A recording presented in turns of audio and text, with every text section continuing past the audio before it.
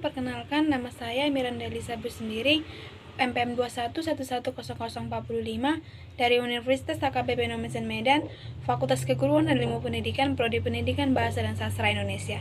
Di sini saya akan membuat suatu video untuk menyelesaikan mata kuliah terlalu kurikulum dengan dosen pengampu Dr. Hardan Simanjuntak SPD MPD.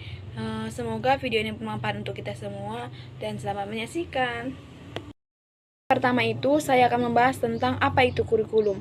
Kurikulum merupakan seperangkat atau suatu sistem rencana dan pengaturan mengenai bahan pembelajaran yang dapat dipedomani dalam aktivitas belajar mengajar.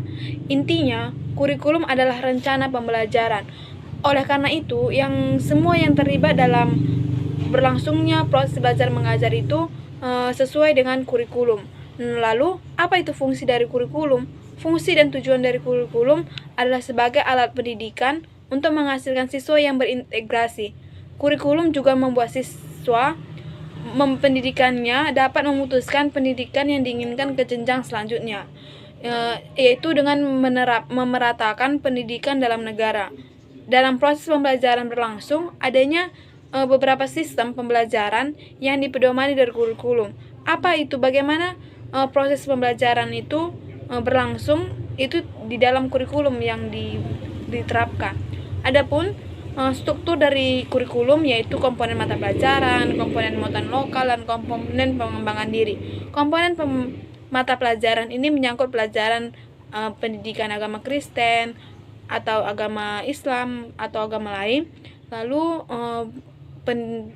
pelajaran bahasa Indonesia, bahasa Inggris, seni budaya, itu yang termasuk dalam komponen pembelajaran, mata pelajaran. Sementara komponen muatan lokal seperti pramuka, seperti komputer, itu termasuk dari komponen dari muatan lokal. Sementara yang termasuk dalam komponen pengembangan diri adalah ekstrakurikuler, di mana ekstrakurikuler yang kita pelajari seperti paskibraka, mohon maaf tadi saya muatan lokal termasuk pramuka salah, termasuk pengembangan diri.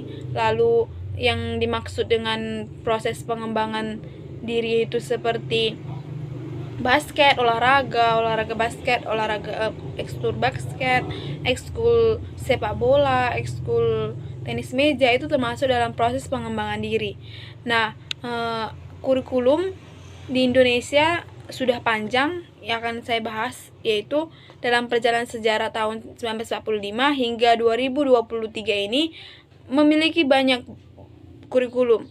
Yang pertama yaitu kurikulum tahun 1947, yang kedua tahun 1952, yang ketiga tahun 1964, yang keempat tahun 1968, yang kelima tahun 1975, yang keenam 1984, yang ketujuh 1994, yang kedelapan 2004, lalu 2006, 2013, dan saat ini kurikulum yang kita pakai adalah kurikulum Merdeka Belajar. Selanjutnya kita akan membahas tentang kurikulum 2013. Kurikulum 2013 sering kita sebut dengan K13. Kurikulum 2013 ini adalah kurikulum yang menggantikan kurikulum tingkat satuan pendidikan 2006 atau sering kita sebut dengan KTSP 2006 yang berlaku selama 6 tahun. Kemudian, apa yang menjadi dampak atau manfaat kurikulum 2013 bagi siswa? Ada manfaat yang terjadi pada siswa pada kurikulum 2013, yaitu yang pertama, siswa lebih bersemangat dalam belajar. Yang kedua, cara berpikir siswa lebih berkembang. Yang ketiga, siswa lebih mendorong untuk belajar memecahkan masalah dan saling menghargai.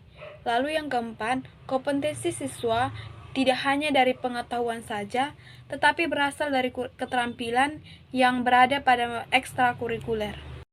Dalam kurikulum 2013 ini juga memiliki dampak, yaitu siswa untuk lebih mandiri dan berpikir kritis, sehingga memberikan perkembangan yang baik kepada siswa, memungkinkan mereka untuk memperoleh kemandirian dan meningkatkan pengetahuan dan pengalaman mereka yang mereka harus kuasai secara mandiri. Itu merupakan dampak dari kurikulum 2013. Ya, kurikulum 2013 sudah cukup baik. Tetapi ada beberapa kelemahan dari kurikulum 2013 yang kita ketahui bahwa guru tidak dilibatkan dalam pembuatan kurikulum 2013 ini. Lalu, banyak sekolah yang masih menerapkan KBM konvensional. Lalu, banyaknya guru yang belum memiliki kesiapan mental dalam mengembangkan kurikulum 2013 ini. Kemudian guru masih banyak salah paham sehingga kurang memberikan penjelasan tentang K13 ini dalam menerapkan di kelas. Lalu untuk selanjutnya kelemahannya itu seperti dalam menyusun RPP guru kurang kreatif karena kurangnya pengetahuan bagaimana cara menerapkan kurikulum K13 ini sebenarnya. Tapi untuk kelebihan dari kurikulum 2013 ini seperti yang saya sebutkan tadi, yaitu siswa lebih dituntut lebih mandiri, aktif, kreatif, dan inovatif dalam setiap pemecahan masalah yang mereka hadapi di sekolah. Kemudian adanya penilaian setiap dari semua aspek pendidikan, mulai dari aspek dari karakter, sikap, nilai, apapun itu semua dinilai dari dalam kurikulum 2013 ini. Kemudian adanya muncul pendidikan karakter dan budi pekerti dalam setiap program studi. Kemudian, apa yang menjadi tujuan dari pengembangan kurikulum 2013 ini? Yaitu untuk mempersiapkan manusia Indonesia atau anak-anak muda bangsa Indonesia yang memiliki kemampuan hidup sebagai pribadi dan warga negara yang beriman, produktif, kreatif, inovatif, dan afektif, serta mampu berkontribusi pada kehidupan masyarakat, berbangsa, negara, dan peradaban di dunia. Beberapa hambatan yang dihadapi guru dalam mengerjakan kurikulum K13 ini, yaitu beberapa hambatan tersebut, yaitu yang pertama buku sebagai sumber pembelajaran yang kurang, kemudian pembuatan media pembelajaran yang sedikit sulit, yang ketiga pemahaman guru dalam menyelesaikan atau dalam kelas yang kurang berbakat, pemanduan antara pembuatan pelajaran dalam tematik karena dalam pembelajaran K13 ini dilakukan dalam satu paket yaitu tematik.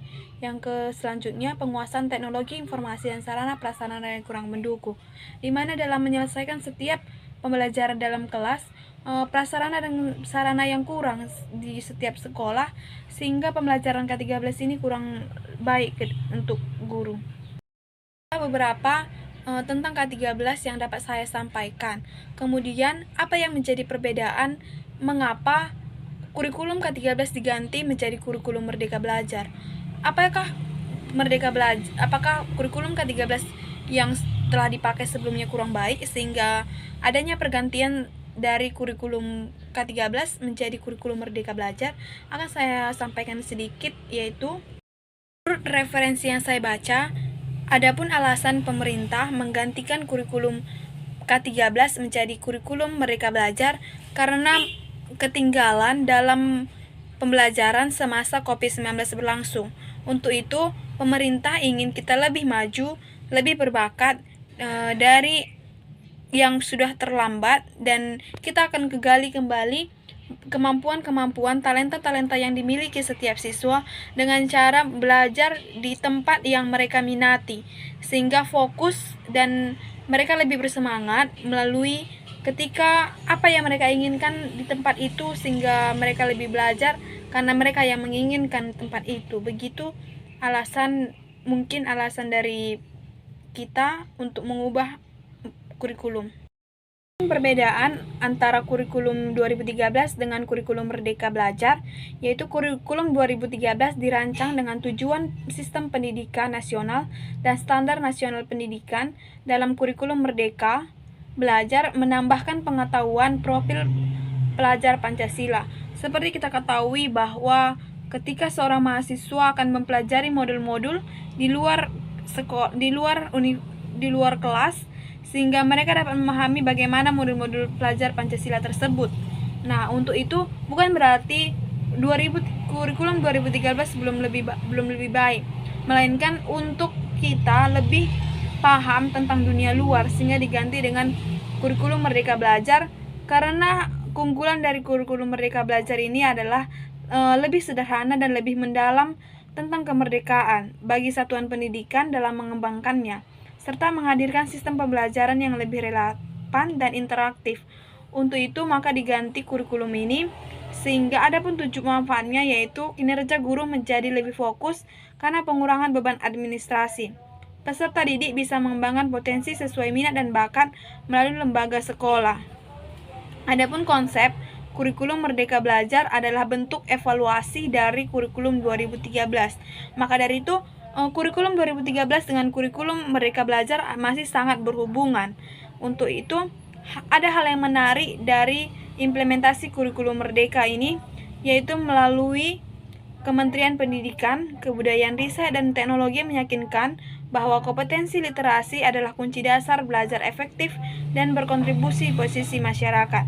Adapun sistem kurikulum Merdeka Belajar ini adalah pembelajaran interaktur yang beragam, di mana konten akan lebih optimal agar peserta didik memiliki cukup waktu mendalami konsep dan menguatkan kompetensi yang dimiliki setiap mahasiswa atau peserta didik.